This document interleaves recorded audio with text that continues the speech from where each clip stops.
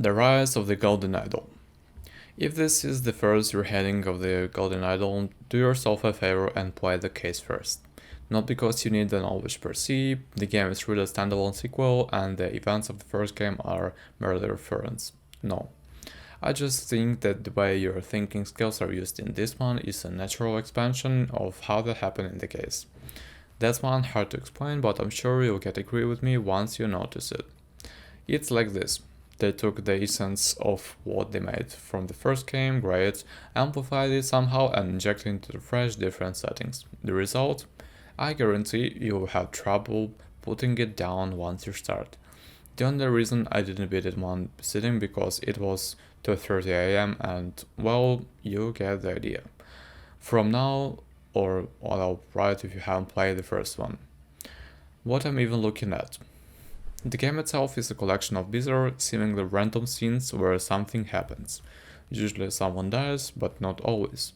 The game expects you to construct a coherent explanations of what really occurred here.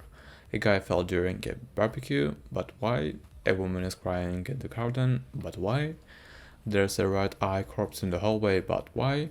The mysteries are non-trivial and impossible to figure out of the merry glance. Instead, the game expects you to expect all the evidence and then slowly but surely fill the titles of puzzles. What is the person's name? What does the symbol mean? In what order these events occur? Oh, and guessing generally won't work.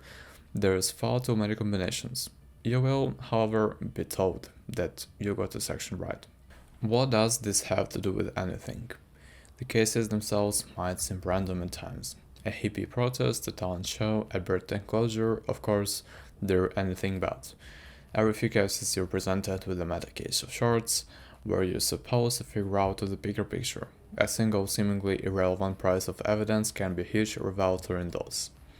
The game respects your intelligence. To progress you have to pay attention. There won't be a viable attendant to remind you that you've seen a particular object a few classes before. It's quite refreshing.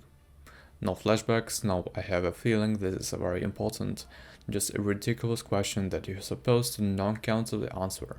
And answer it you will, once your brain tunes to the fight frequency. And if you want, well, there's a hint system. Wait, I solved it, but how? I'd say that the difficulty is lovely. Most cases just flow well, keeping your brain very engaged. I got many puzzles right on my first try, but unlike most detective games, here was somehow able to intuit the right solution, without necessarily being able to track my reasoning. These moments felt pretty amazing.